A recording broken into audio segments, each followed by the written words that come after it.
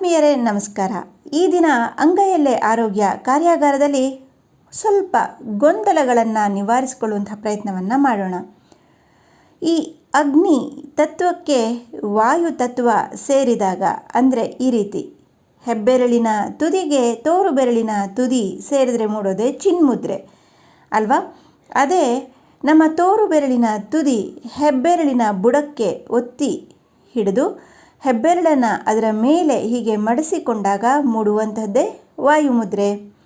ಈಗ ಮುಂದಿನ ಹಂತಕ್ಕೆ ಹೋಗೋಣ. ನಮ್ಮ ಹೆಬ್ಬೆರಳಿನ ತುದಿಗೆ ಮಧ್ಯದ ಬೆರಳಿನ ತುದಿಯನ್ನು ಅಂದರೆ ಅಗ್ನಿಗೆ ಆಕಾಶ ತತ್ವವನ್ನು ಸೇರಿಸಿ ಹಿಡಿದಾಗ ಮೂಡುವಂಥದ್ದೇ ಆಕಾಶ ಮುದ್ರೆ.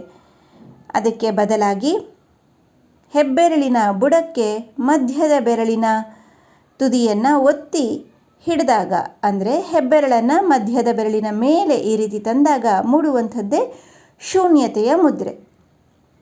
ಈಗ ಮುಂದಿನ ವಿಭಾಗಕ್ಕೆ ಹೋಗೋಣ.